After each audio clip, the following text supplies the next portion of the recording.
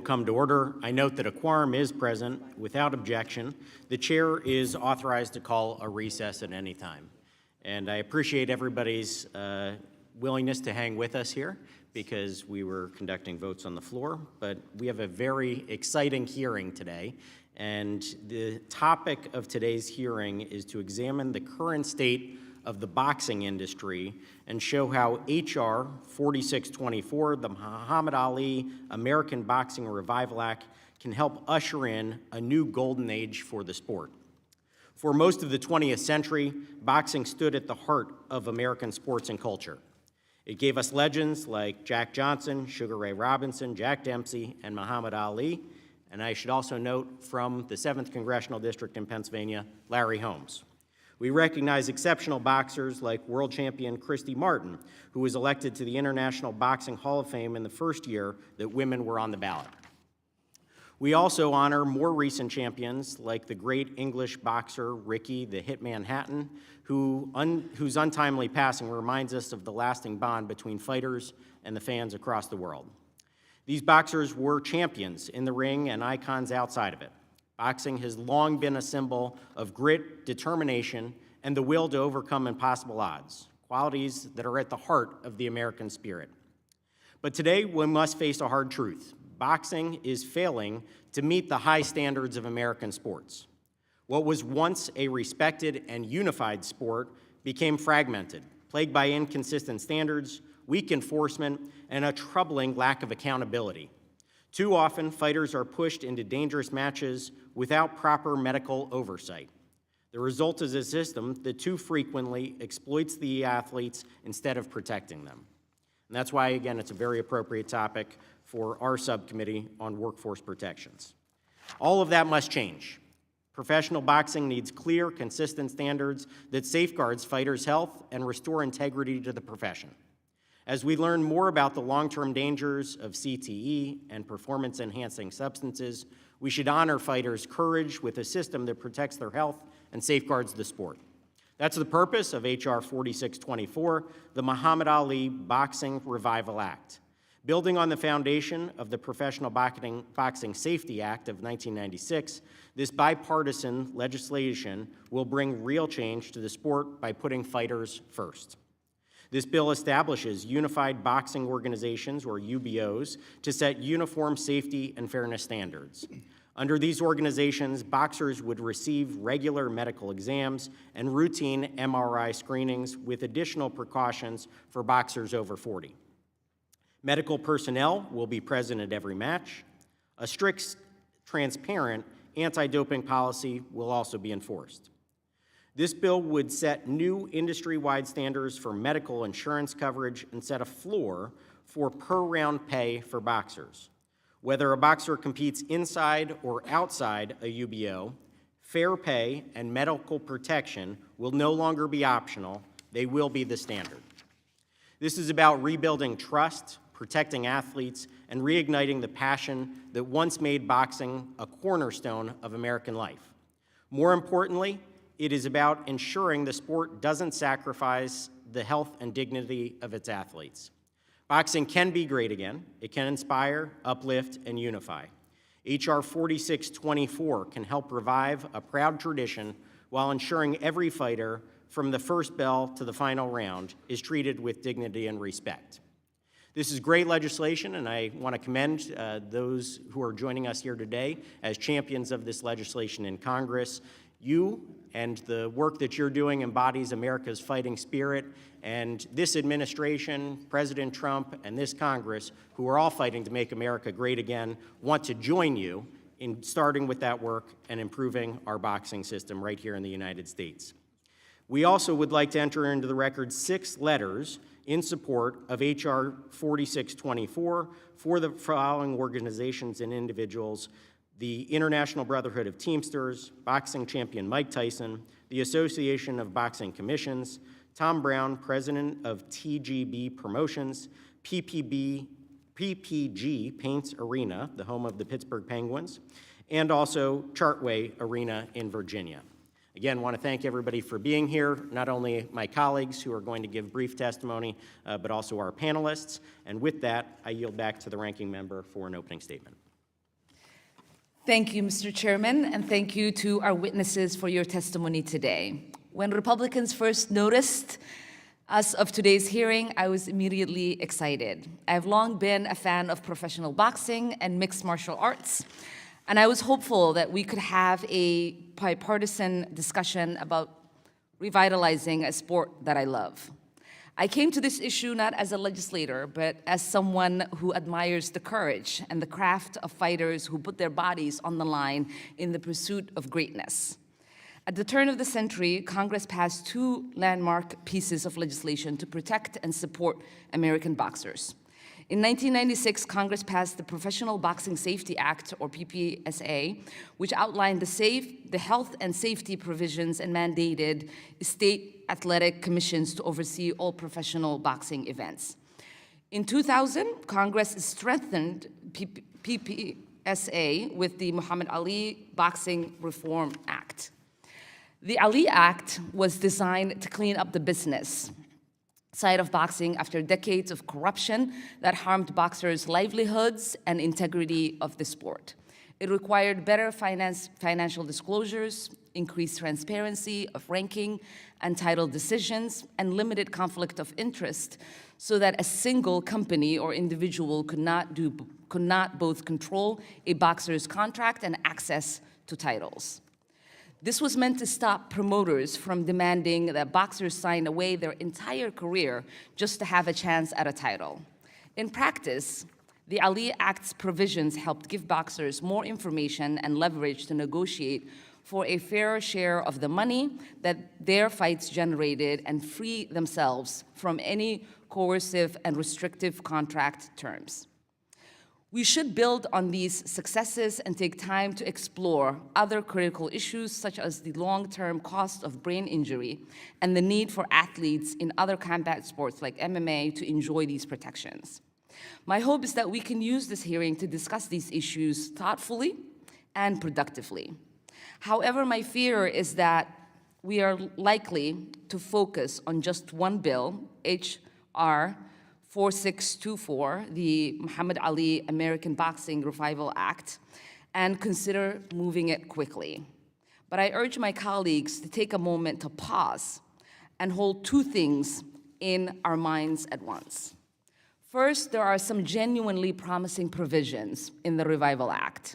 For example, a national $150 per round minimum payment would lessen financial strain on boxers who are still finding their footing in the sport. The bill would also set a national $25,000 floor for insurance coverage that the PPSA currently requires for every fight. Unfortunately, there are sections of the Revival Act that raise serious questions about who will actually control the future of boxing. It would remove guardrails that prevent influential promoters from controlling the industry and forcing boxers into contracts that they do not benefit from. This legislation could also allow major corporations to completely take over the sport, leaving boxers without the leverage or the ability to advocate for themselves and their physical and financial health.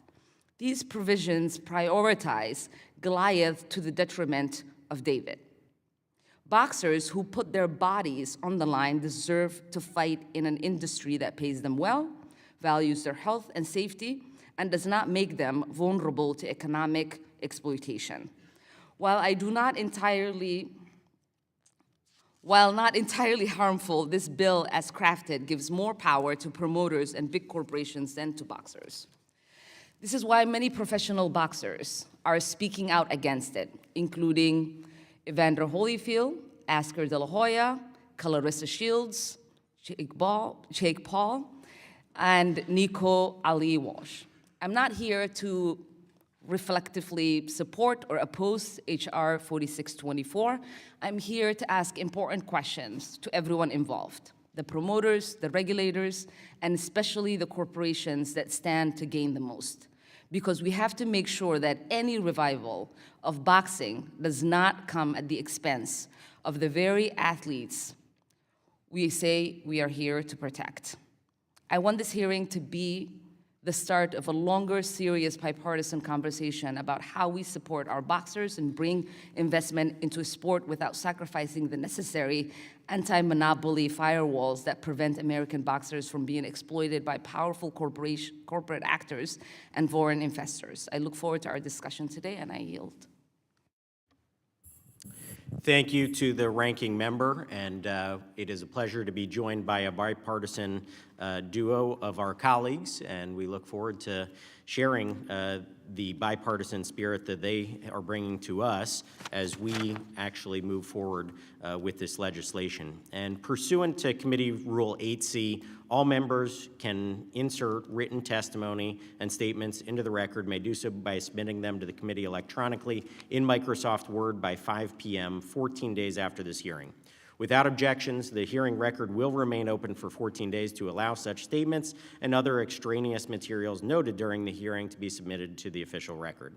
I note that some of our colleagues who are not permanent members of the subcommittee may be waiving on for the purposes of today's hearing. And with that, I will introduce our two panelists. First, we have Congressman Brian Jack, who represents Georgia's 3rd Congressional District. Our second witness is Congressman Stephen Horsford, who represents Nevada's 4th Congressional District. We appreciate both of you being here today, and you're fully aware of the procedures and testimony and the lighting system and timing, so I don't need to go into that. And with that, we'll recognize Representative Jack.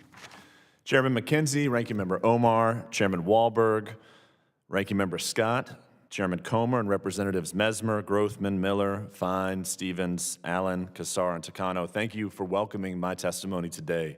I'm honored to submit H.R. 4624, the Muhammad Ali American Boxing Revival Act, for your consideration.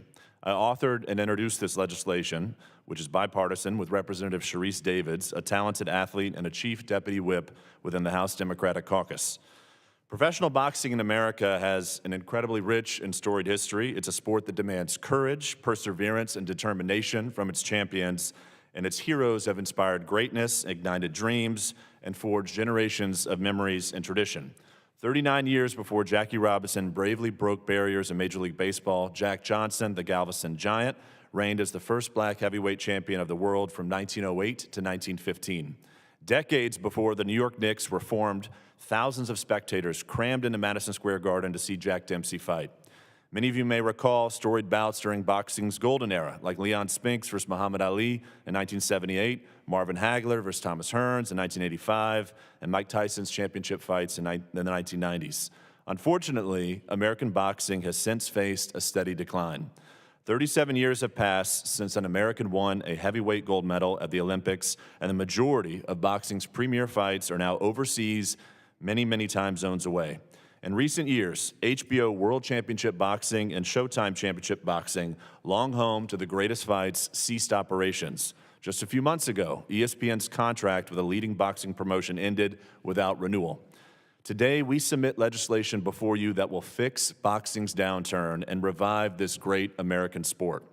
For over a century, individual states enacted legislation to regulate professional boxing, but the patchwork of regulations without uniform minimum standards led to widespread exploitation and rampant corruption. Since the 1950s, Congress has considered legislation to address these problems, and after multiple attempts in the 1990s, Congress finally acted, passing the Professional Boxing Safety Act of 1996 and the Muhammad Ali Boxing Reform Act in 2000. As a result, boxing is the only professional sport regulated by Congress. The Muhammad Ali American Boxing Revival Act amends the Professional Boxing Safety Act of 1996 and preserves and protects the original Ali Act in its entirety. First, our legislation clarifies ambiguities in current law that have stifled innovation and investment into the sport. This bill allows for the creation of alternative systems called Unified Boxing Organizations, otherwise known as UBOs, that will provide professional boxers with more protections, better pay, and greater protections. The UBO system will not replace the current structure involving sanctioning organizations. Instead, UBOs will be a separate parallel system to the sanctioning organizations that will provide boxers with the freedom to choose which of the two systems works best for them. Additionally, this bill will return premier boxing events to our country, spurring economic growth and success across host communities. For this reason, the operators of many of America's greatest venues endorsed this bipartisan legislation, including State Farm Arena in Atlanta, Georgia, Madison Square Garden in New York City, New York, Target Center and U.S. Bank Stadium in Minneapolis, Minnesota, Little Caesars Arena in Detroit, Michigan, Crypto.com Arena in Los Angeles, California, Moody Center in Austin, Texas, and Chartway Arena in Norfolk, Virginia. And just yesterday, this legislation received a letter of support from the 1.3 million members of the International Brotherhood of Teamsters, one of America's largest unions. To improve the safety and well-being of boxers, this legislation establishes a minimum payment per round of $150 for professional boxers, aligning a patchwork of existing state laws to a uniform standard that will protect boxers from exploitation, especially in the early stages of their career. Additionally, this act strengthens existing health and safety protections for boxers to extend their careers and earning potential. Finally, to safeguard the integrity of the sport, this legislation implements strict anti-betting policies and restricts UBOs from charging boxers fees for placement in rankings or participation in championship matches. Sadly, earlier this week, super middleweight champion of the world, Terrence Bud Crawford, was stripped of his championship belt for allegedly failing to pay fees to the sanctioning organization. Our legislation prohibits this practice for boxers who elect to join a UBO. In closing, the Muhammad Ali American Boxing Revival Act provides us with a chance to make history. Once enacted, this legislation will be celebrated for decades to come, so let's join together in a spirit of bipartisanship and revive one of America's greatest sports in the name of one of America's greatest athletes, Muhammad Ali. I yield back. Thank you. Our second witness is Congressman Stephen Horsford, and we will now turn to you.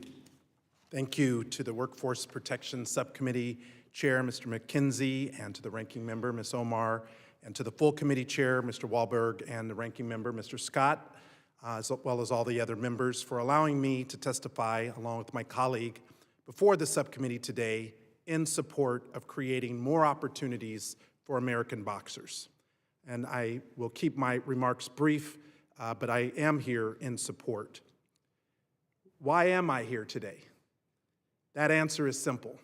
Las Vegas is the undisputed fight capital of the world, and our community knows better than most what boxing means. Many of the sport's most iconic bouts took place under the neon glow of the Nevada desert. I remember the legendary Hagler-Hearns fight at Caesar's Palace in 1985, the fight that electrified the nation and showcased boxing at its very best. This sport is woven into the fabric and culture of the Silver State. It is intertwined history dates back to March 17, 1897, when Nevada hosted the very first legalized boxing match in the United States. That heritage continues to grow stronger with every event. In fact, as of 2023, researchers at the University of Nevada, Las Vegas estimated that 1 in 4 workers in Las Vegas and nearly 30% of the city's GDP is tied to recreation and entertainment services, including sports. Out-of-town visitors attending sporting events generated nearly $2 billion in direct economic output in fiscal year 2022 for our community. UNLV forecast more than 12% growth in performing arts and specter sports industries by 2030. That's 3,000 new and permanent jobs. So in other words, when sports thrive, Nevada's economy thrives, and thousands of workers feel the impact. But it has now been 25 years since Congress enacted the original Ali Act to confront corruption, exploitation, and dangerous gaps in boxing. That landmark law made a meaningful difference, but the world of professional boxing has changed dramatically since its passage. Today, in this room, we have an obligation to evaluate where the system is working and where it is clearly falling short for fighters. And that is why H.R. 4624, the Muhammad Ali American Boxing Revival Act, is so important. This bill allows a new, modernized business model to exist alongside the current sanctioning body system, a system that many across the sport agree is not adequately serving boxers or fans. H.R. 4624 creates room for innovation, competition, and expanded opportunities. It establishes a new pathway that can increase stability, elevate safety standards, and ultimately give fighters more control over their career. These reforms move the sport in the right direction. But at the same time, I want to be candid. The bill is not perfect, and there are areas that deserve a closer look. These concerns should be part of a bipartisan dialogue as the legislation moves forward. I urge all of you, together with Representative Jack and myself and the bill's other co-sponsors, to listen closely today to the expert panel of witnesses and to identify what works and pinpoint areas that need refinement. By doing so, we can craft a final product that strengthens protections for boxers while fostering a healthier, more competitive boxing landscape. Congressional action transformed professional boxing a generation ago. Today, we have the opportunity and the responsibility to act again. If we do so thoughtfully, collaboratively, and with a commitment to the athletes at the center of this sport, we can help usher in a revival worthy of Muhammad Ali's name and legacy. Thank you, Mr. Chairman, and I yield back. Thank you to Congressman Jack and Horsford for coming to testify before the Subcommittee on Workforce Protections today as we discuss H.R. 4624, the Muhammad Ali American Boxing Revival Act. We share your interest in fostering greater investment and innovation in American boxing.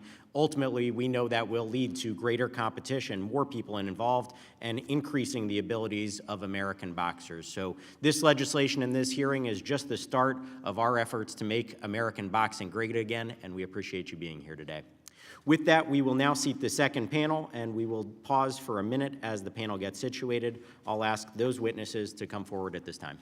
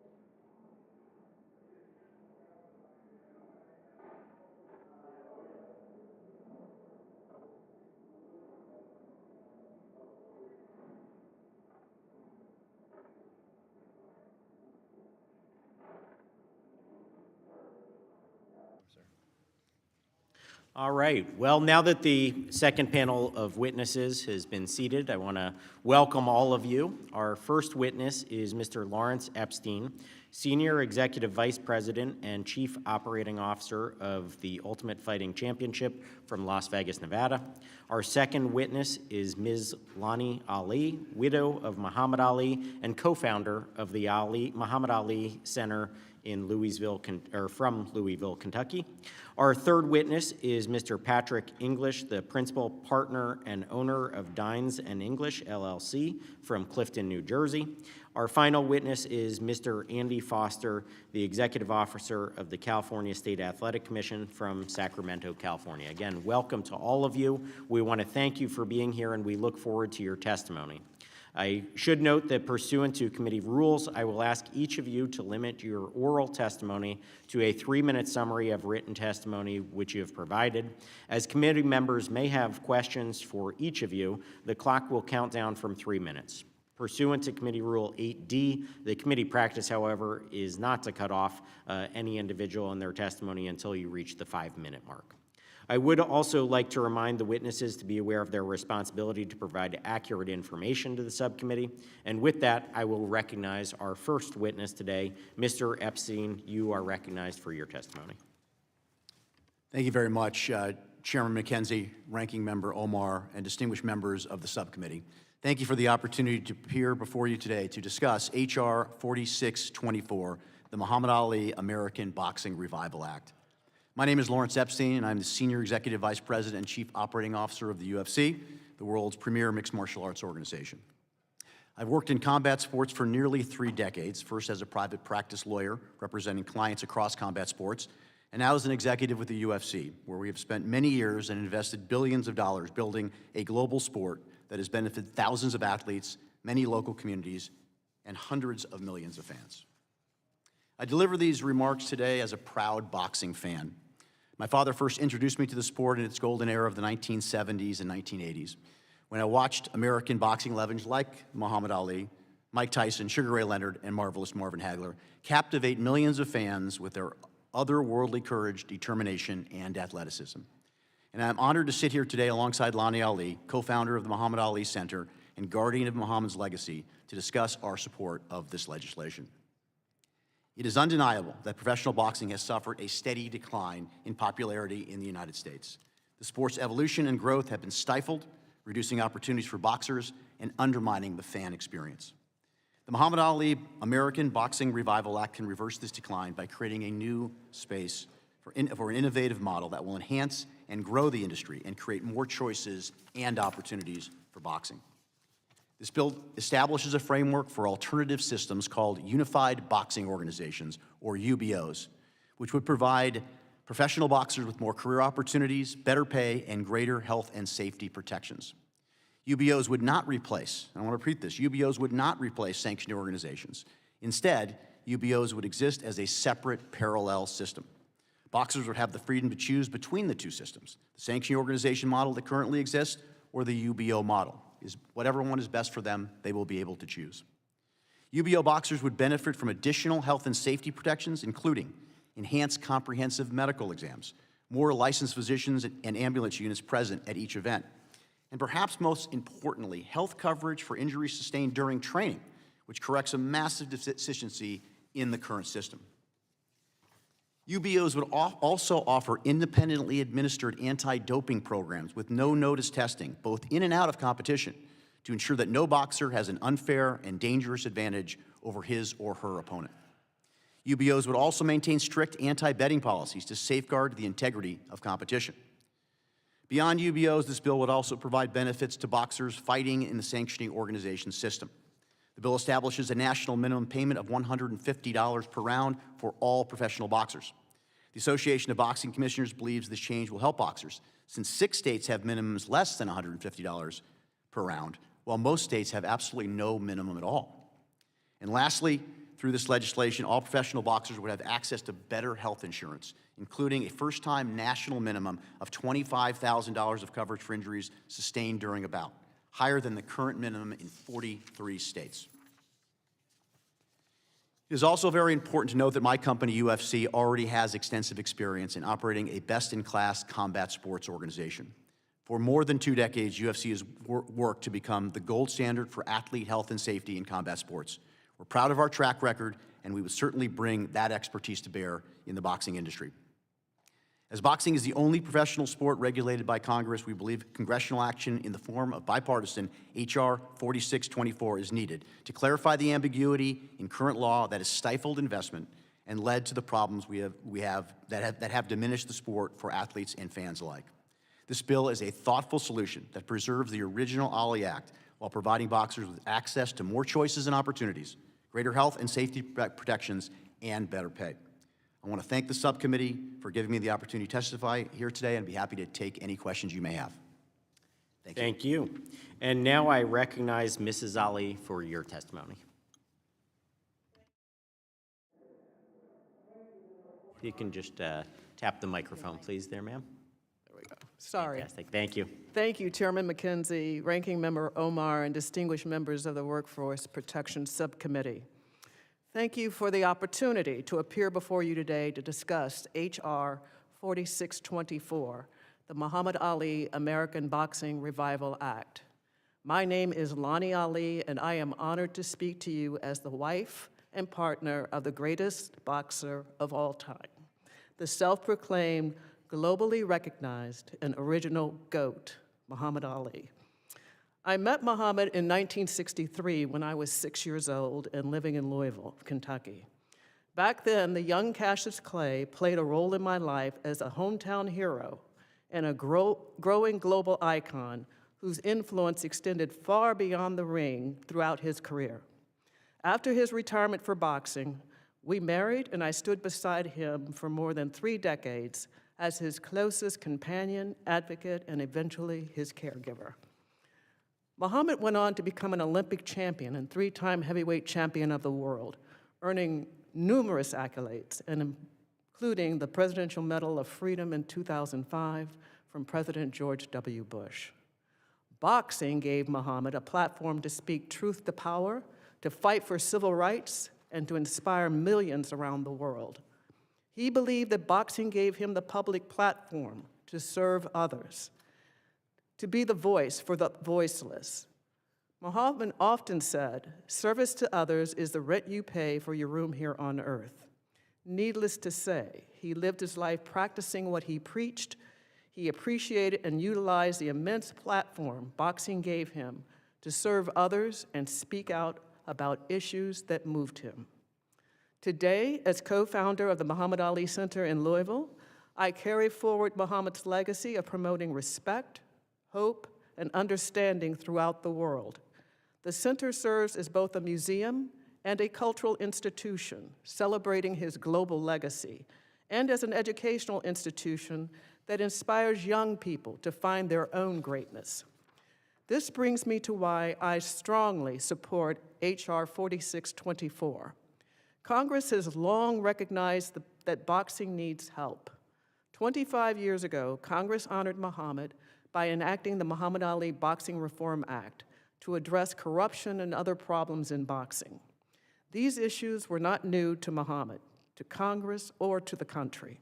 Indeed, in the 1960s, it was well known that the mob controlled much of boxing.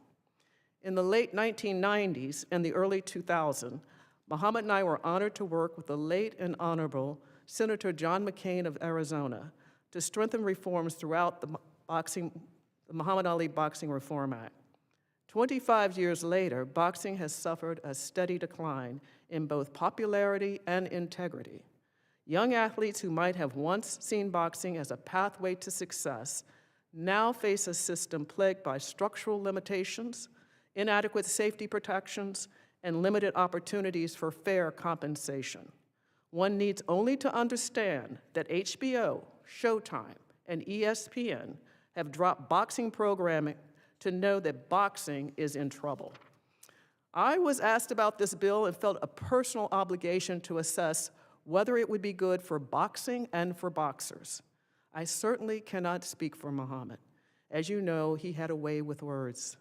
The perspective I bring is whether this bill reinforces Muhammad's life's work, and it does. In addition to injecting some much-needed competition into the current system, this bill has significant health, safety, and integrity provisions that will no doubt be good for the sport. These three elements are particularly meaningful to me.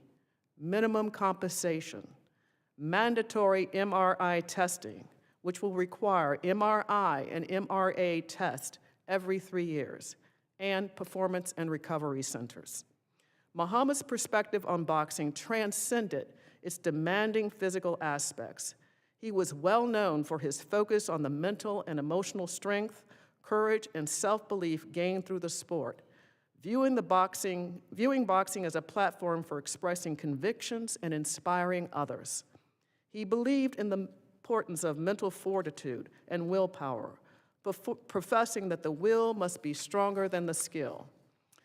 If Muhammad were here today, I know he would want to ensure that boxing remains strong and viable for generations to come, providing opportunities for other athletes to pursue their goals and dreams just like he did.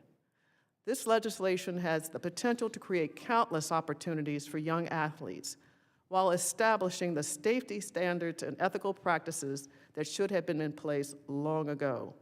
It can help restore boxing's position as a respected American sport while ensuring that fighters who make it great are treated with dignity and the protection they deserve.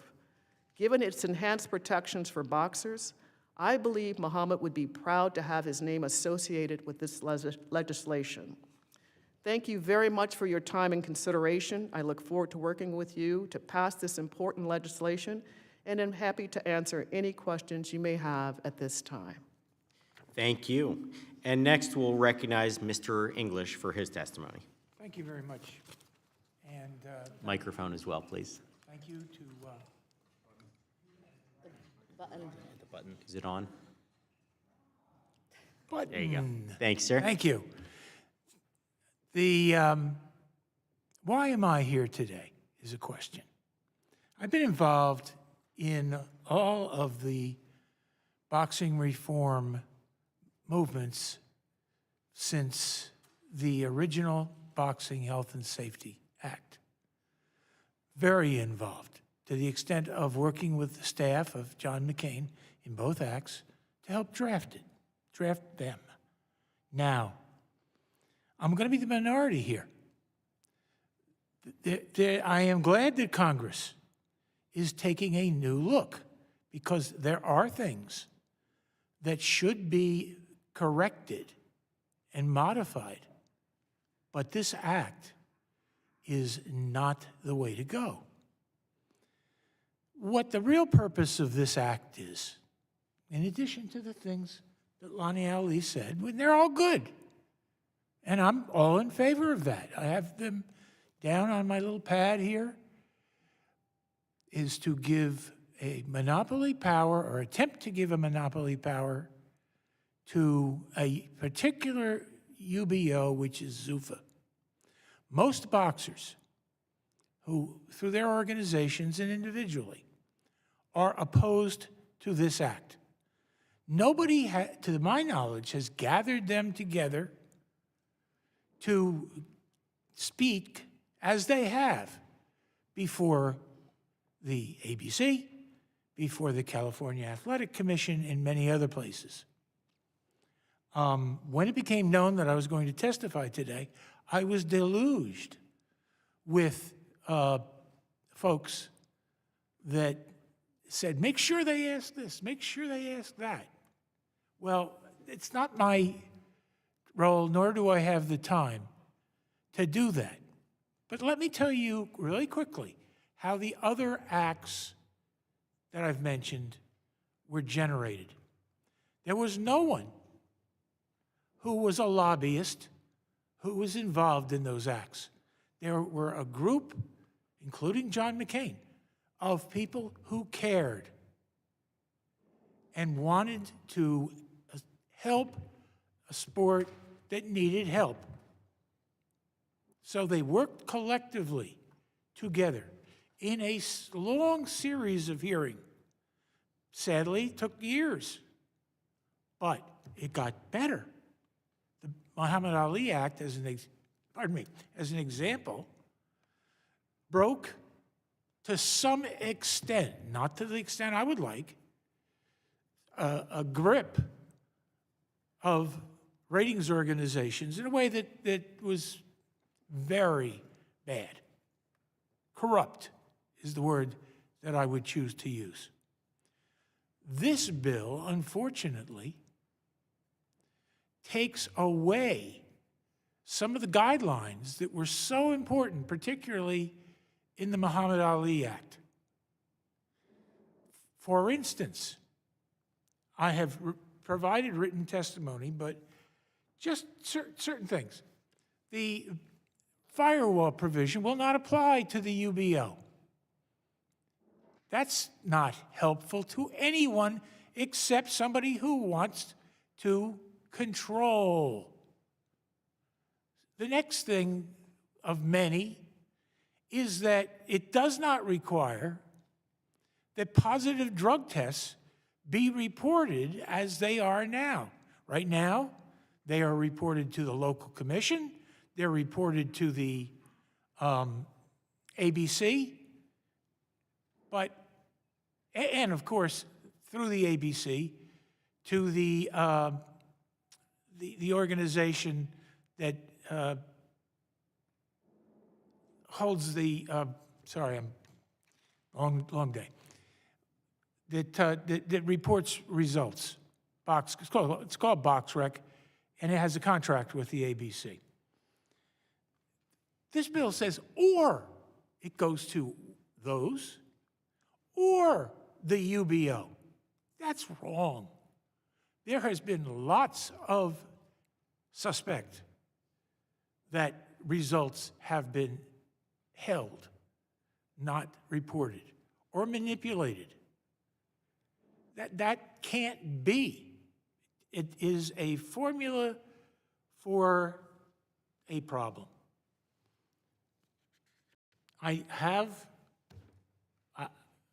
written testimony. I know you've read it. I'm running out of time here.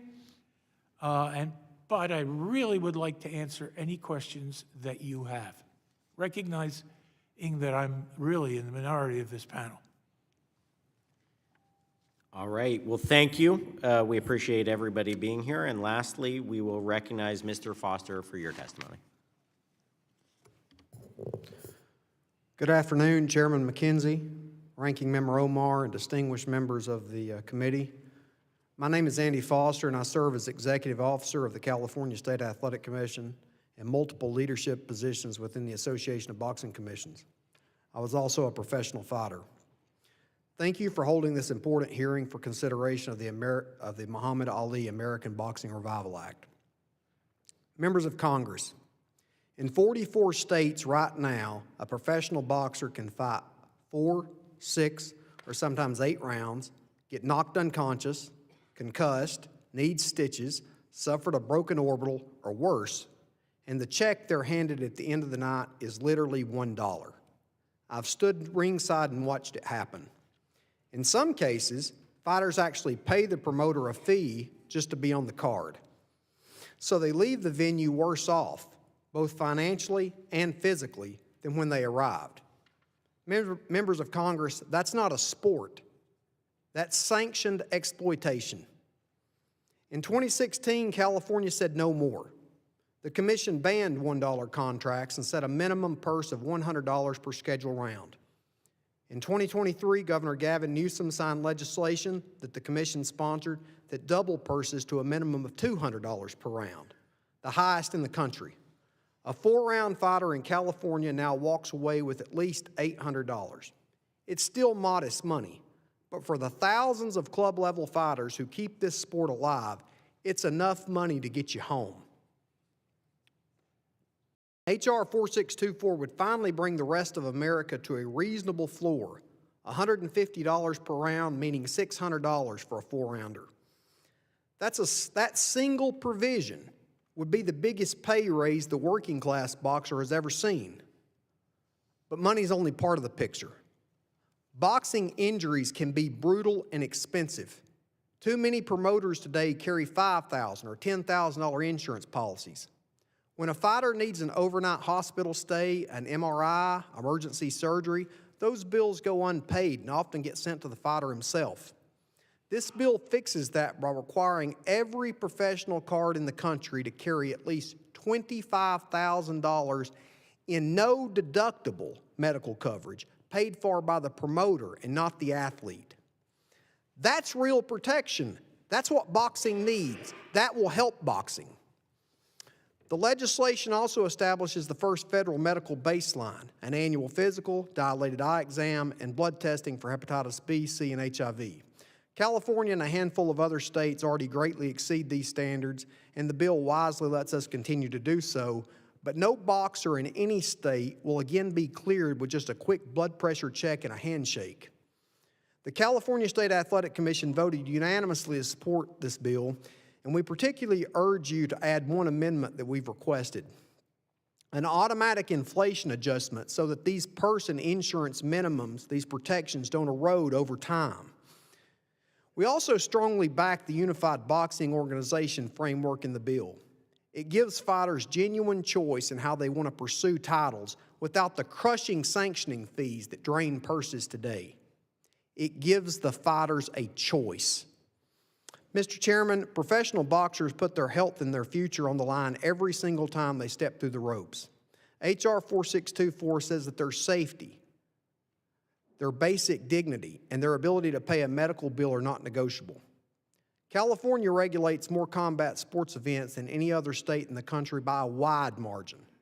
And we are proud to stand with Congressman Jack and Congresswoman Davids, who is also a fighter, and the other members of Congress to support this bipartisan bill. Please pass this bill, add the inflation adjustment, and give American boxers the protection that they've earned in blood and sweat. Thank you, and I'm happy to answer your questions. Thank you. Under Committee Rule 9, we will now ask questions of the witnesses, and under the 5-minute rule, I would recognize myself first, but I'm going to yield to our full committee chairman, Mr. Wahlberg, for mission. I thank the gentleman for your kindness in doing that. And I appreciate the panel for being here, very much so. I guess I'd add a few more names to the Little Caesars Arena in Detroit. I got to remember the Fist, Joe Louis and the Joe Louis Arena. Kronk Gym, which is making a comeback. Certainly, I'm so proud that the longtime home of Muhammad and Lonnie Ali was in my district, and so good to have you here. Mr. Epstein, being a wrestler, I guess a pugilist to some degree, myself and having 5 shoulder surgeries as a result of that, chicken wings, arm bars, Granby rolls, and all of the rest. I wouldn't not do it over again, but that was amateur. I guess I'd like to hear more about the medical coverage of the Ultimate Fighting Championship that goes on, specifically goes on in a person's life, as well as especially the training aspect. What's covered there? Congressman, thanks for that question. Most injuries actually take place with mixed martial arts athletes, combat sports athletes in training, because every fight they participate in, many hours are used to train for that particular bout, and that's when many injuries occur. And so over a decade ago at the UFC, we instituted what we call an accident insurance policy for all of the athletes at the UFC that are currently under contract with us. That accident insurance policy provides coverage for any, underline any acute injury sustained by the athlete in training or in any other situation, frankly, leading up to the event. You heard a little bit about what we'd like to do with this bill, which would be to increase the amount of coverage that would be for injuries sustained in a bout. But the coverage that we provide, obviously dovetails with that. It covers all injuries, any acute injury that's sustained during training, and frankly, any injury that the athlete sustains while they're under contract. And that's a very significant thing because in many situations, athletes, they don't have coverage. And they will actually go into a bout injured in order to avail themselves to the, at this point, fairly limited accident insurance policy they'll have relating to a bout injury. So we're very proud of that. We've done it for, I said, over a decade now, and it's something that we think is central to the UBO model and a requirement that all UBOs should have to implement before they can have this status. That industry-wide standard is greatly appreciated. Thank you. Thank you. Ms. Ali, you co-founded the Muhammad Ali Center with your late husband. Core mission of the center, as I understand, is to continue his legacy for promoting respect and inspiring positive change. How do you believe H.R. 4624 works toward achieving those goals? Thank you for that question, Congressman. My husband spent his life trying to inspire and uplift people, especially those who did not have a voice of their own. In this situation, a lot of the boxers don't have that voice either. I appreciate this bill in particular because it addresses not only the legacy of Muhammad in his sport of boxing, where it will maintain that presence of boxing in American sports culture, but also what it does for the people who participate and make that sport possible for us to watch. It will uplift them with minimum payment for each round they box. the health and safety standards that have been incorporated into this act, especially the MRI and MRA brain testing, which is especially important to me. Every 3 years, beginning the first year and then every 3 years thereafter, they are required to take that test. As well as as I said, the performance and recovery institutes that they have. My husband never had any kind of opportunity to have that kind of support as an athlete. A lot of other league athletes do. And boxers are entitled to that as well. And I believe that my husband would approve of the provisions in this act that uplift those boxers and provide a pathway, just the way it provided a pathway for him, to a bigger platform to make an honest living, a decent living, and to be protected while doing so. Thank you. Before I yield back, because I have to here, I want to say, Mr. Foster, thank you for bringing reality in your testimony to what the sport is about and what fighters go through. Thank you. I yield back. Thank you, Chairman. I will next recognize our ranking member of the subcommittee for 5 minutes of questioning. 5 questions. Thank you, Mr. Chairman. Mr. English, thank you so much for joining us. Can you briefly remind us of what the world of boxing looked like before the Ali Act, and what were the conditions and practices that led to the Ali Act? Repeating, in my view, it was thoroughly corrupt. Ratings were sold. We know that as a fact because there was a conviction as a result of it. There was a coziness, I think I say in my written testimony, between promoters and managers. Now, a manager should have a fiduciary duty to a fighter. Manager meaning anyone who gets a percentage of the fighter's purse, who is not a promoter. That was not the case. We had, and still do, have issues where you have relatives who manage fighters where a promoter has an interest.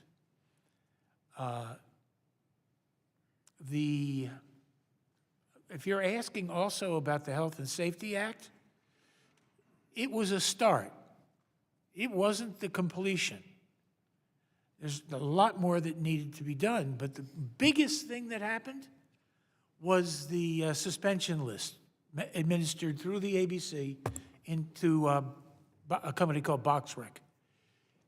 Right now it's BoxRec. It was something else then. Let me ask you this. If the Revival Act was passed, would Unified Boxing Organization or UBOs be allowed to undertake any of the practices that the Ali Act prohibited? Yes. One major one is the coziness, and I use that word, between managers and the UBO. Whether it's the UFC, Zuffa, or anybody else who may come along. Nobody else exists right now. But I have seen provisions of contracts that require the signing with a, quote, advisor, unquote, for 15% of a boxer's income. It was in a promotional contract. So, and that was an entity that was a Zuffa-related entity. Now that's absolutely prohibited. Now I don't know whether that contract was provisioned on the completion of this bill, but it's there. Yeah. That is, I don't know why, but it's there. Thank you.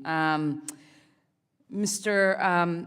Epstein, the UFC settled a long-standing antitrust case after allegations of using restrictive contracts, keeping fighters' pay at roughly 15 to 20% of revenue, as Mr. English was kind of alluding to.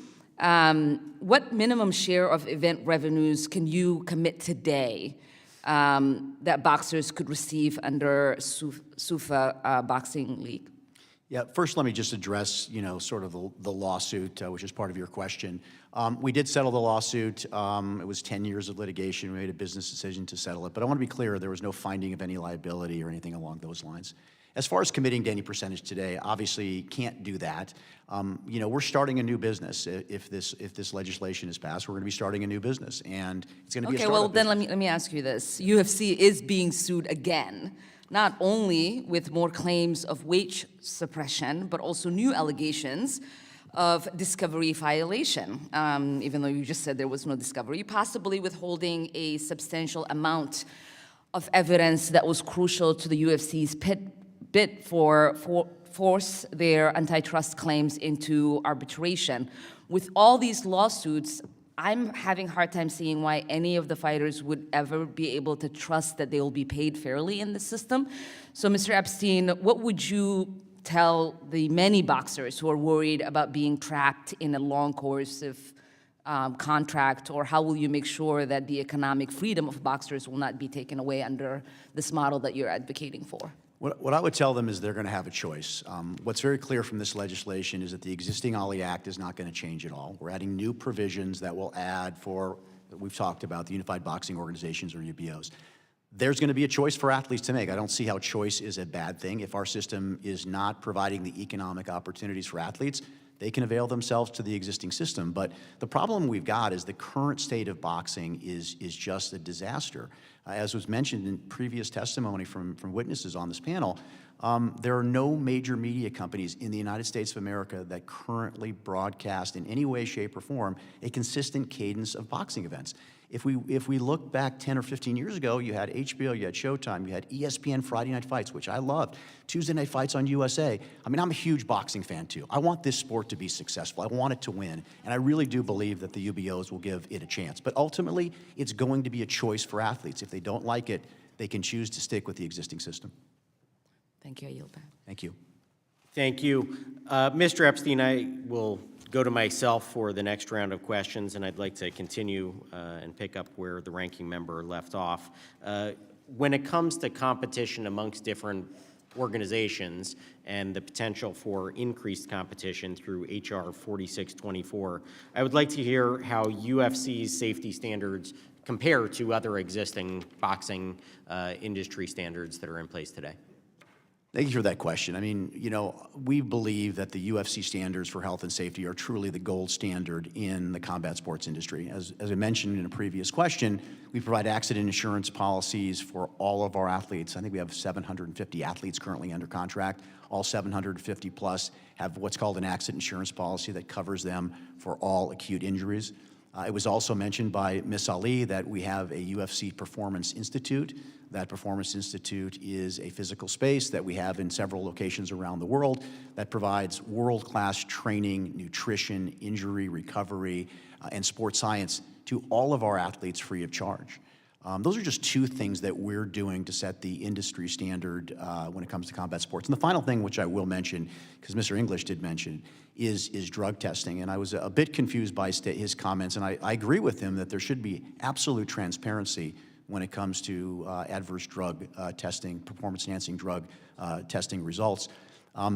Over 10 years ago, we instituted what I believe to be is the gold standard, not in the world of combat sports, but in the world of professional sports, a 365-day random out-of-competition testing protocol for all of our athletes, all administered by a third party. We don't decide who gets tested, when they get tested, for what they get tested, and all of the adjudication of any adverse results is handled by a third party. So this is the industry-leading stuff that we're doing for the health and safety in the UFC, and we absolutely intend to do this in a unified boxing organization structure. Thank you. And I would note, I mean, when it comes to boxing and a regulated sport like this, we're talking about compensation for fighters. We're talking about the opportunity for more competition, more highlighting of the sport on national TV. But safety standards and health provisions are critically important to those boxers. And I do believe that that is one area where competition in the marketplace could actually increase those standards for everybody across the industry as well, because boxers are going to be picking and choosing where they want to compete. And they're going to be looking at that whole array of issues, not just compensation and exposure, but also the health and safety of the competing organization. So I think that is critically important that we highlight that here. Mr. Foster, I'll go to you next. Do want to talk about, with your long tenure in the industry and especially now as a regulator, how have you seen the boxing industry change since the passage of the Muhammad Ali boxing reform in 2000? And how do you believe that the changes that we are trying to correct can be remedied with the legislation that's being discussed today? Thank you, Mr. Chairman. Some of the changes that I've saw have been somewhat negative over the years. Look, I mean, we lost HBO, we lost Showtime, we lost Fox, we lost ESPN. We're not on TV. The boxing's not on TV anymore. DAZN, they're based in the UK. They're broadcasting, but that's been one area. Another area that's been helpful is, you know, like Pat said, we have the suspension list, and now that BoxRec's doing it, we've got really good with communicating with the other states. We don't have fighters fighting on suspension. That's been helpful with the Reform Act. But one of the things, Mr. Chairman, when we talk about what happened in '96 and what happened in 2000, now we're in 2025, is not how much has changed, how much is still the same. The boxers are still being exploited. Look, it was $100 a round 25 years ago. I'm talking about the minimum standard, okay? I mean, dollar contracts are relatively, from my experience, a relatively newer type idea, giving the fighters the tickets to sell, and that's how you're paid, and making them do this kind of thing. And then this idea of having to use, whether you're going to have to use your money that you just made to pay the deductible to get your stitches done, these are not okay. And this bill addresses those particular issues. And just in final, because I'm running out of time here, I think that adding competition will help the industry, because the sanctioned organizations, it's interesting to me that their fees are all the same, okay, or roughly all the same. The IBF will give you a break at 2% if you're the champion, I think. But the fees are essentially all the same. Isn't that interesting? I think it's interesting. Thank you again. And for our next questions, we'll go to Mr. Rothman from Wisconsin. Yeah, thanks. First of all, just, you know, you're right, you don't see boxing on TV much anymore.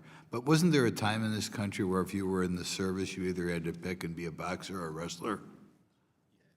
You want to comment on that? Yeah, I can just jump in here quickly and just say, you know, virtually every branch of the U.S. military now trains in some form of combat sports, mixed martial arts, boxing, wrestling, et cetera. So I think what you're saying is absolutely accurate. Yeah, I think during the 50s, if you were in the military. Okay. Your written testimony, well, this is for you, Mr. Epstein. Your written testimony also says the current mega event model in boxing financially benefits a few boxers at the top.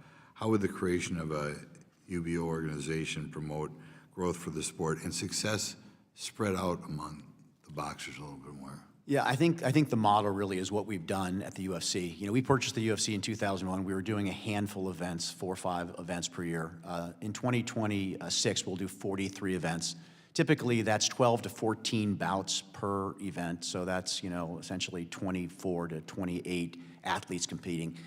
This is the type of stuff that we're going to do in the world of boxing. We're going to increase capacity. We're going to not just create opportunities for 1 or 2 boxers every few years to do a mega fight, but create a consistent cadence of events, which of course means a consistent cadence of work for a huge number of boxers. As I mentioned at UFC, we're 750 athletes currently, plus or minus a few.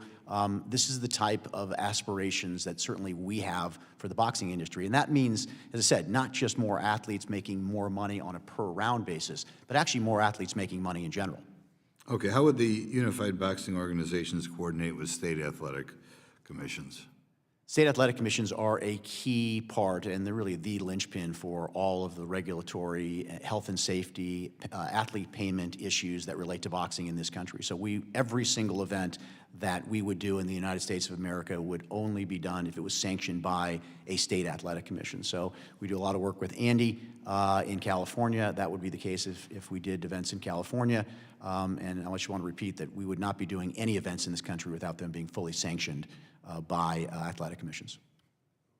I remember the golden days of boxing, and everything was always on Friday nights on ESPN. I'd like to watch. It was just tremendous. That being said, I also love to watch football. And there have been lawsuits and such over football players. Even though they're okay when they're playing, the real injuries kick in when they're 55 or 60 years old. And in boxing, you have a sport in which the goal is even to knock people out, which you don't have in football. That's a rare thing that you see. How would you respond to criticism? And are there any statistics available on the number of, say, boxers who have Alzheimer's or whatever they get, say, 20 years after they retire compared to football players and the injuries that they get? You raise a very important issue, one that at the UFC we've been involved in for almost 15 years now in investigating these issues. And I think the primary goal that we have is to allow our athletes to make informed decisions about their health and safety, provide them with information so they can make informed decisions. What we've been doing for the last 15 years approximately is funding, being the primary funder, along with some of the boxing promoters, by the way. They have contributed. In a groundbreaking study with the Cleveland Clinic, Cleveland Clinic has an outpost in Las Vegas. The goal of this study is twofold. Number one, are certain people just predisposed towards brain injury because of their physiology? And number two, are there early indications that we can see before someone starts manifesting a cognitive deficit? We can see they're heading down the wrong path and get them out of the sport. It's not great to diagnose somebody with CT after they've got it, but figuring out ways to stop people from getting it is the key. Yeah. This study that we've been involved in, as I said, with UFC athletes, with boxers, with other workers that have potential for brain injury, lots of data has come out of that, and we could share that data with this committee if you're interested in that. But I think around 40 or 50 peer-reviewed journals have looked at that data, and we're getting closer every day to a way where we can hopefully make as a condition of licensure for MMA athletes, for boxers, some sort of a test that will indicate if you're predisposed to a brain injury or you're heading down the wrong path, you're out of the sport, you can't get a license. I'll just leave you a second. I knew a guy who was a very good football player, on the collegiate level, but very, very good. And after he graduated from college, he started his own business, very successful, super guy. But he wound up getting Alzheimer's when he was like in his early 50s. And nobody's ever going to convince me that that was a coincidence, that this guy who used to brag to me that he'd hit guys with the crown of his helmet, which you're not supposed to do. He was a good football player. It was a damn shame he died, I think, before age 60. And I want you guys, as you work through this, to think about that. Because just because a guy doesn't have a serious injury the day of the fight or the week after the fight doesn't mean that over a course of 20 fights, he's going to have something that pops up when he's 55 years old, which is what's happened to the NFL now. So thanks. Thank you. Excuse me, may I add something to the testimony that Mr. Epstein just gave? Please, Mrs. Ali, go ahead. Thank you so much, and thank you, Congressman, for your questions, because I think they're important. And as I said in my testimony, brain health is especially important to me because my husband suffered with Parkinson's disease, not from boxing, but I have seen what boxing can do to people. As you said, hitting people with your head can later in life bring on Alzheimer's. That's why I am so proud and happy that this particular act brings in brain health as an issue, as a component, where this MRAs will be performed every 3 years so that the detection of brain health, the boxer will know where he is headed, how his brain health is, because you can see the imaging. You can see the damage that might be done and where it might lead to, especially when you are being seen by a neurologist who that is their expertise. As Mr. Epstein mentioned out in the Cleveland Clinic out in Las Vegas does that specifically for boxers. So no other provision in this, the parallel, I should say, the parallel boxing industry provides for this. No one asked my husband to take a required MRI to be sanctioned, to be licensed. This was something we did later, of course, in his life and found out about the Parkinson's disease, but it wasn't asked for any other boxer. So this is a provision, I think, that is a strength that shows that the UBOs would be very, very interested and protective of the athlete. And one of the provisions, as I said, that I am so proud to have in there. Thank you. Thank you for adding that. And next, we will go for turn to questions for Mr. Messmer from Indiana. Thank you, Chairman, and thank you for our witnesses for being here today. Mr. Foster, in your written testimony, you discuss how the current four-belt system has created a self-serving incentive to emphasize the ranking of a few boxers at the top at the expense of competitive, entertaining matches that could grow the sport. Can you discuss how this bill would foster healthy competition in boxing? Yes, thank you, Congressman. So to answer your question, sir, you have to understand the way that boxing works, the current system, the four-belt system. So what you have is you have a promoter who signs a fighter, and that's the promoter's fighter. And then this is early in their career. And so what happens is you look for that promoter will promote a fight and look for somebody that person can beat, okay? Has to be good enough to pass my approval or whichever state's approval, but has to be reasonable but beatable, okay? And those people in boxing are called opponents. That's the term that we use. And then when you get a really good opponent, they're called the gatekeeper, okay? And we have some of them in the various weight classes, and then they move up. And so this goes on and on and on until you get an undefeated fighter, okay? This is what's happening. And then over here on the other side of the country or nearby, you have another promoter doing essentially the same thing, okay? And they're doing this. Now, all these people that have been beat all the time, they're attracting just loss after loss after loss, and they've got really no kind of recourse. They've got no promoter. They're not being promoted, but the undefeated fighter is. Now, at the end of this rainbow, all this way up, the sanctioning bodies have issued like the regional belt, the this and that belt, whatever belt. They have a lot of belts. Let me give you, sir. In 1996, when the Professional Boxing Act was passed, 619 titles were issued across the world by the sanction organizations. Last year, that number was 2,156. Okay, so you saw an increase in the number of titles. It's good for like the fighters like to have them and the whole thing, but they're charging every time the thing they charge for the belt. That system that I just explained to you is exploitive in a way. Now, under a UBO system, if a promoter has both sides of the card, their financial interest shifts, their business model shifts from wanting to make sure that their fighter wins to making a competitive match that the public will want to see, because it's driven by, it's a different model.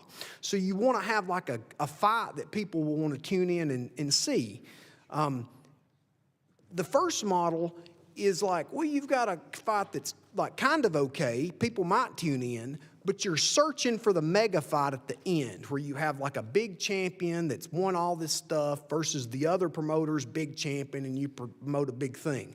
They're just different business models. But when the focus shifts from trying to protect your fighter and getting the opponent beat to making competitive matches, in my view, that would be good for boxing. And one final caveat to that goes along with it. Let's say you've got one of these fighters that are promoted and they take a loss. Okay? Their earnings potential just plummets the next go-round, like the next fight. It just goes so far down. Whereas under a system where they've got both sides of the card, if the guy loses, so what? They've got a contract. They know what they're going to get the next time. This is what's happening in boxing, and I think that adding a UBO model, not taking away the current system, because remember, there's a difference here, sir. This is for U.S. boxers. This is for American boxers, okay? These sanctioning organizations deal throughout the world, so we're dealing with world titles. And this is for American, and I think that the name of the bill, the Revival Act, the Muhammad Ali American Boxing Revival Act, I believe it will revive American boxing by providing competition for our fighters. Okay. Hope that answers your question, sir. Yeah, well done. So thank you, and I'll yield back the rest of my time. Thank you, sir. Next, we go to Mr. Comer from Kentucky.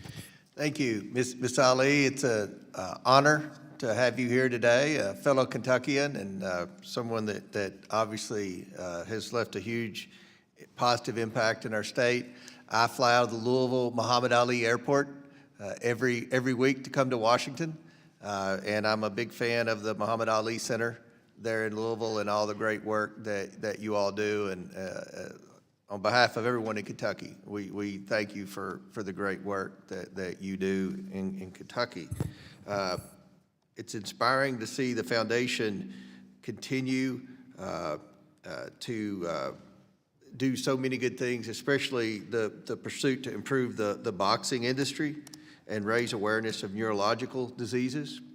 I know that your husband would be very proud of this legislation and everything that honors his name, that bears his name, that does good for the industry. In addition to enacting Representative Jack's legislation, the Muhammad Ali Boxing Revival Act, what more can be done to address general safety and health concerns in boxing? Well, I'm not the expert, sir, but I think we're off to a good start with this bill. As you know, as I said, the brain health is what's most important to me, and I think we're doing that. If I was to suggest that maybe it would be more often, maybe every year instead of every 3 years. With regards to the physicals, I know that is important, the health and safety of the physicals, and I know that is also something that ends up with the state athletic commissions to make sure that the boxer is healthy. But also, as Mr. English mentioned about, and Mr. Epstein mentioned about drug testing and making sure that that is done randomly, it's transparent, and results are shared. And also, what is important is that when you think about the health of a boxer, it's not just the physical health, it's also about the economic health of a boxer and how that plays into this.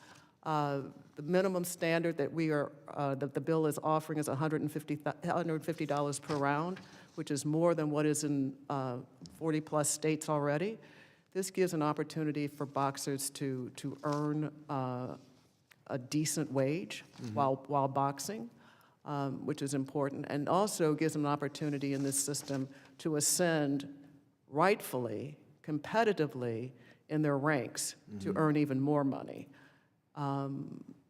When I think about this bill and how it promotes Muhammad's legacy, it's about lifting people up, preserving boxing for America, making sure, like I said, that opportunity exists for other athletes, other people who want to pursue boxing, because this is, as you said, it's a sport that's been in America for a very long time, over 100 years. It's the common man's sport, and everybody deserves an opportunity and access to be able to walk into a boxing gym and pick up a pair of gloves and aspire to be something greater.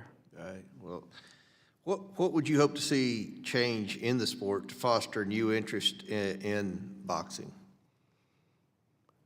I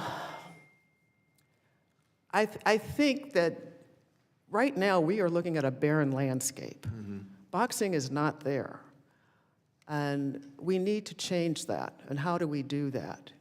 The existing model, even though it's there, it is still fraught with problems and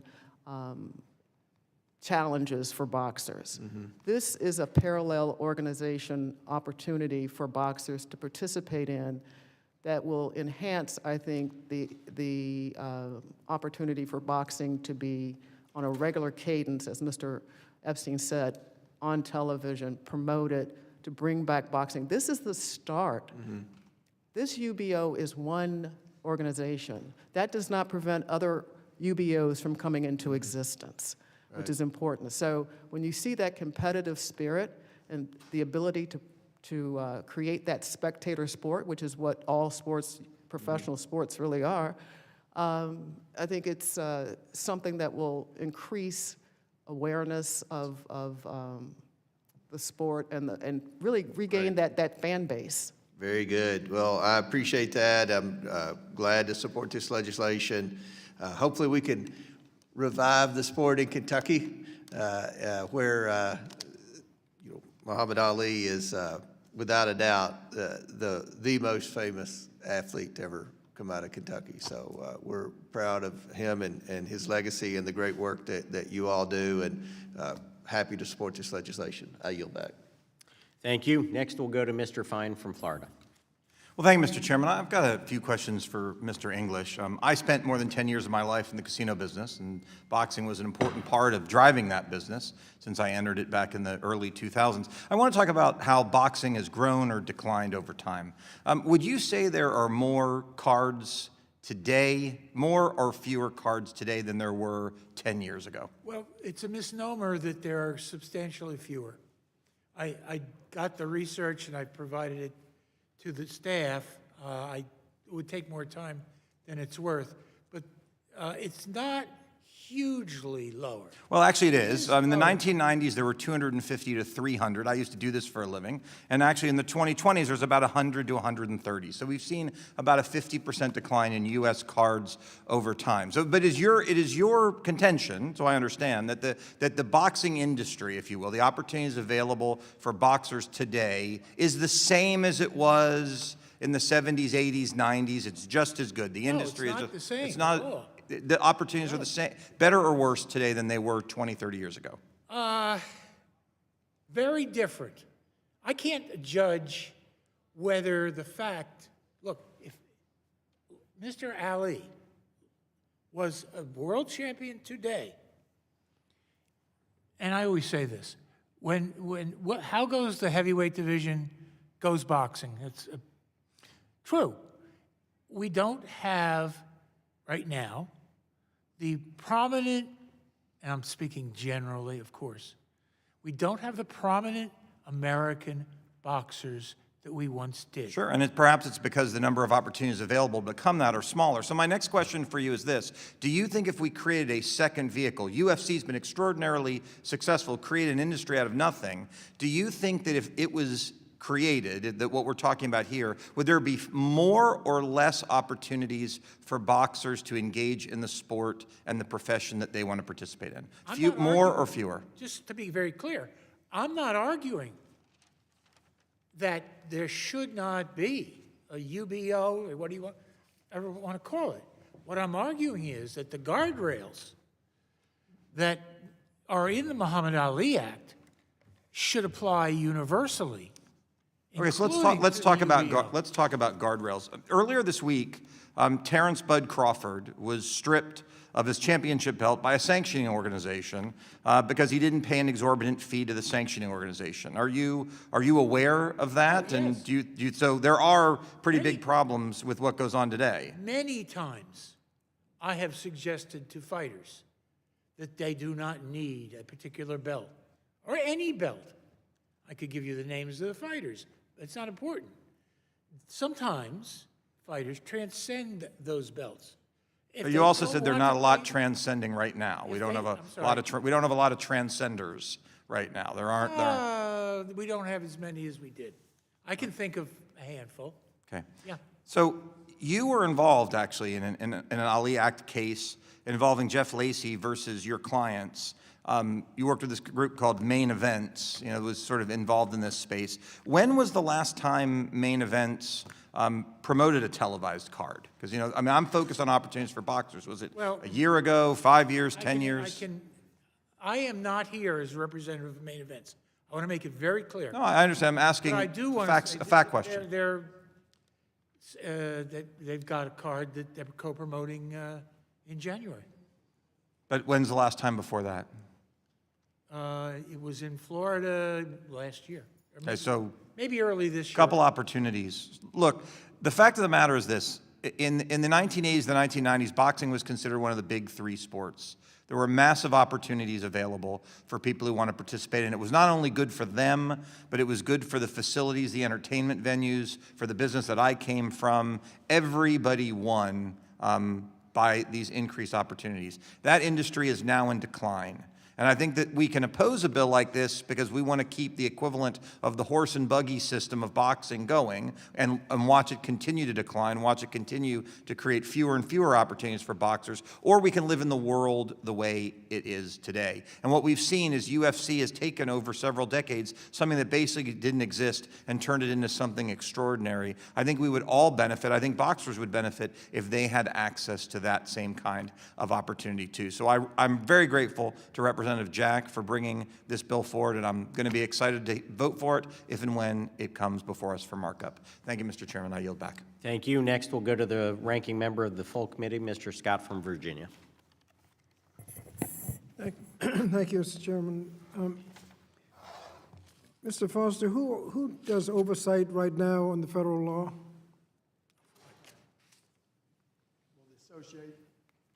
The Association of Boxing Commissions has some degree of oversight, but it's relatively limited. And with the Muhammad Ali Boxing Reform Act, it allows our state attorney generals to take an action if we need to do that, or it takes we can send it to the Federal Department of Justice. Well, who would do oversight if this bill passed? Who would do oversight for compliance with the provisions of this law? I would assume substantial compliance would be the state athletic commissions. Okay.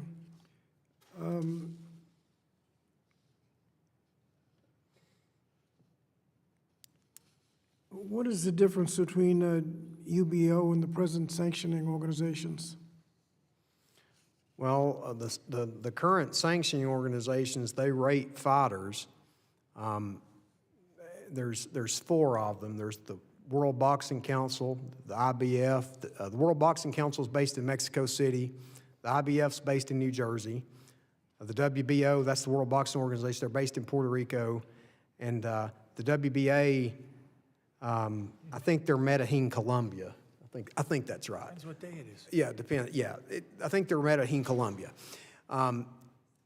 And they rank the fighters, but the promoters, sir, have to like, they work with the sanction organizations to like. What does the UBO do that they don't do then?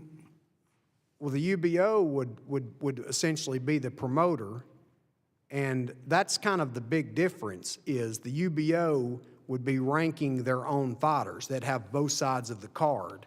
And there's a lot of benefit to that, sir, because you don't have to wait to ask who can fight who, okay? Like, there's all these mandatories that happen once a year or about annually. So what happens is you have like 4 different lists. You have 4 groups, and there's 4 different lists. Now, some of these people are the same on the list, but a whole lot of them aren't. So, like, if somebody gets a mandatory, you have to, the champion is supposed to, gets a letter and says, hey, congratulations, you're the champion.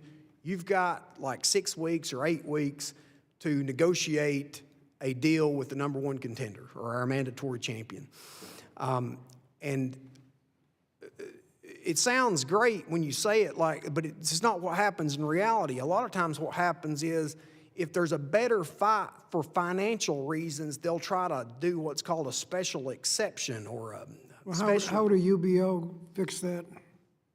A UBO would have their fighters fight the fight that they believe is reasonable for the rankings. They would have like a probably, I got to think that they're going to do it the other way that the other group does it and have the media do the rankings. So like it's like, I'm older, but the newspaper or the internet media people would do the rankings, and you would have you wouldn't have to be forced into a mandatory. You could have the champion fight the number 6 if that made sense. But most of the time, it is the number 1 contender versus the champion. Now, does the bill anticipate a specific organization to be a UBO, and can others qualify?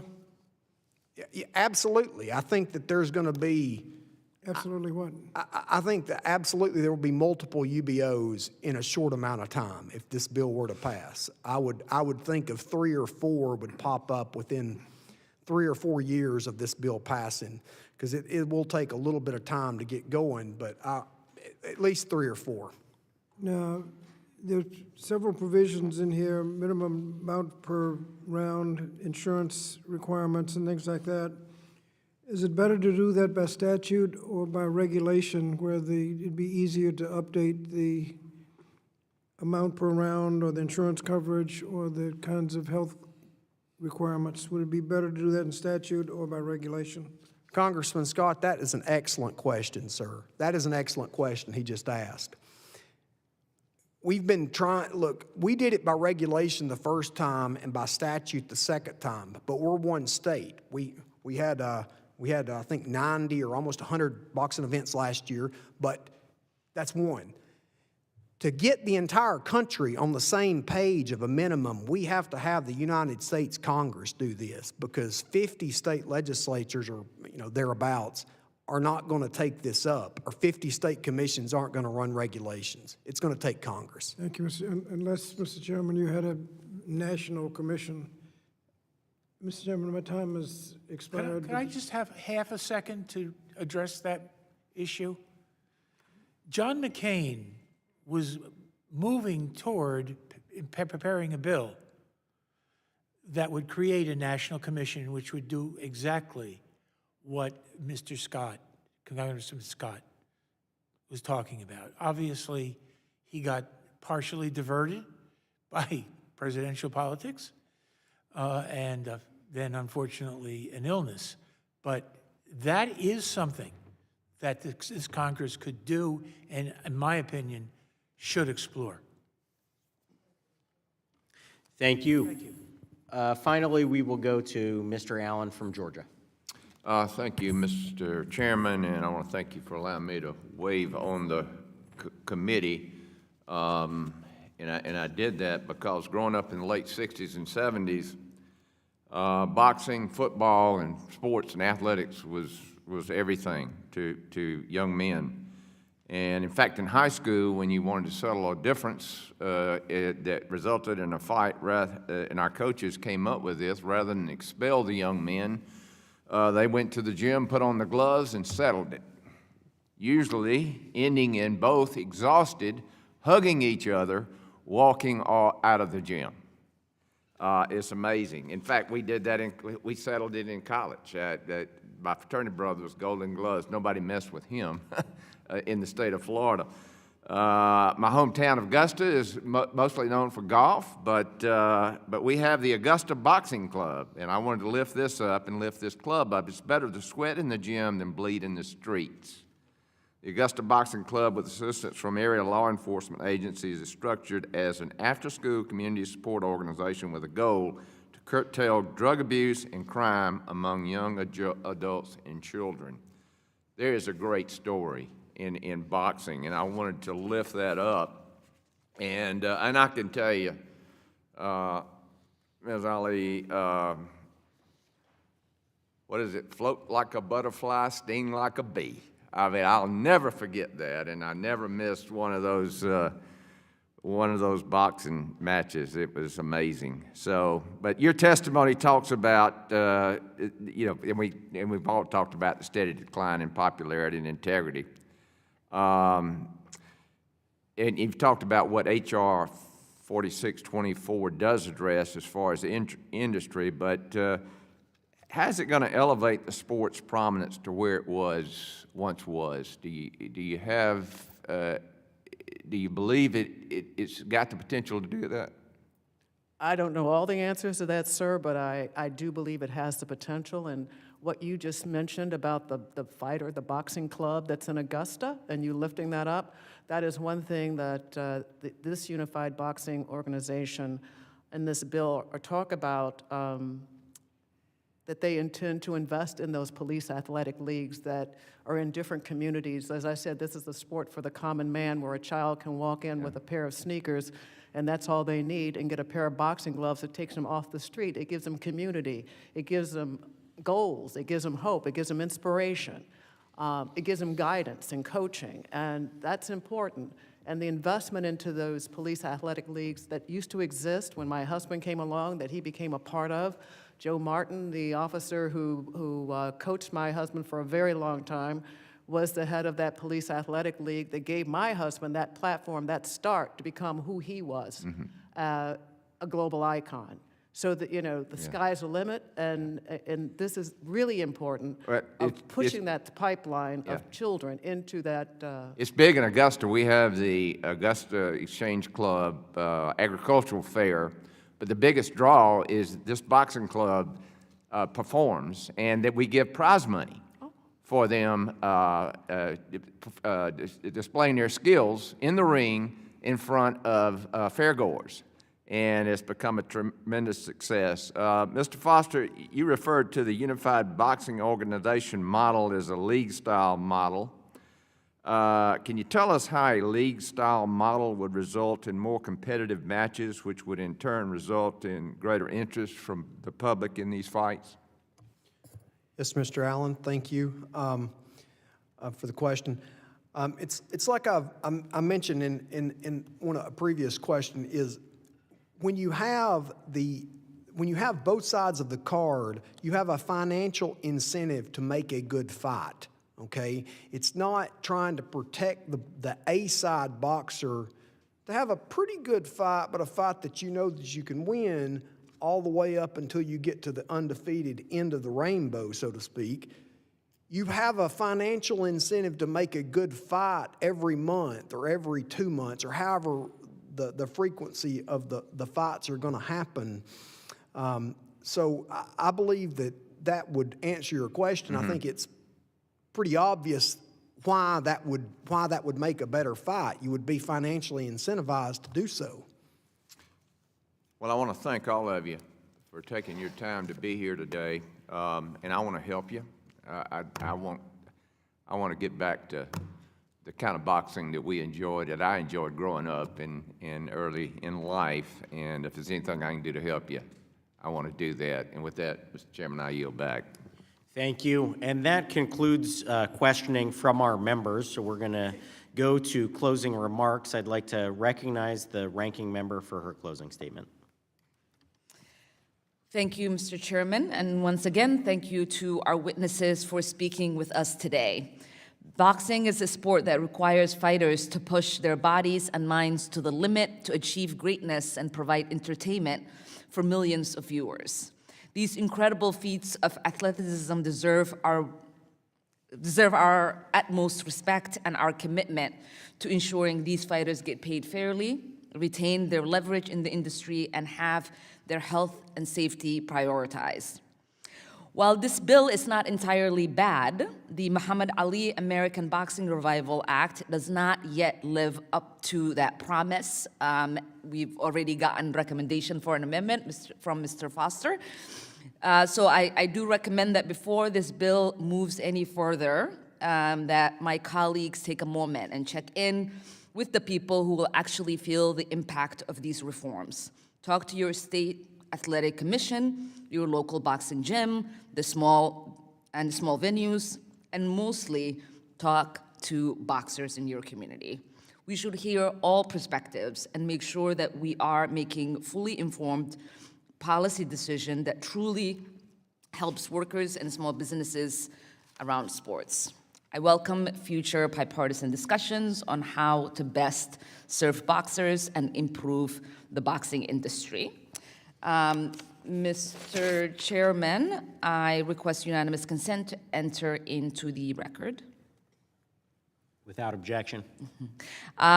an op-ed by Oscar De La Hoya and Evander Holyfield opposing H.R. 4624, a tweet by Nico Ali Walsh opposing the bill, an interview with the promoter Bob Uram expressing opposition to the bill, and a letter from Mr. Uram, an open letter to the Campat sports community and Congress opposing the Revival Act, a letter from MMA Fighters Association opposing the bill, a letter from Carlos de Ronin Newton, a member of the MMA Fighters Association, a letter from Sarah McMahon, a 2004 Olympic silver medalist in wrestling, former UFC contender, and now owner of a martial arts gym, also opposing the Revival Act. I would also like to enter data from BoxRec about the number of fights and boxing events in recent years. Without objection. I would just like to thank all of our testifiers again for joining us here today. I think we all got to share in some of the remembrances of not only the great Muhammad Ali, but other great fighters that we enjoyed watching growing up and during that heyday and that golden age of boxing. And again, Larry Holmes resides in our community, the Easton Assassin. He's been there for a long time. And as a child, I remember growing up and in school, the talk and the buzz was all about the Tyson Holyfield fights and you know, what was coming up on pay-per-view. Everybody enjoyed those and really looked forward to them, and it's something that we want to try to get back to. And so that's what this legislation is hoping to achieve by reviving American boxing. And we know that it is such a great sport, but in some ways, it is being constrained by the current regulatory structure that is in place, by the outdated practices, not only for paying fighters, but also keeping them safe. And we want to make sure that we revive American boxing, bring it back to its greatness and its glory. And I think we can do that by working in a bipartisan fashion. So your testimony here today is critically important as we start the process for H.R. 4624, the Muhammad Ali American Boxing Revival Act. This hearing is just the beginning of a legislative process that goes on here in Congress. Look forward to welcoming amendments to be considered by the full committee as we will hopefully take this legislation up soon. And again, hopefully we can get back to a golden age of American boxing and, as I say, make American boxing great again. Thank you all for being here, and with that, this meeting is adjourned.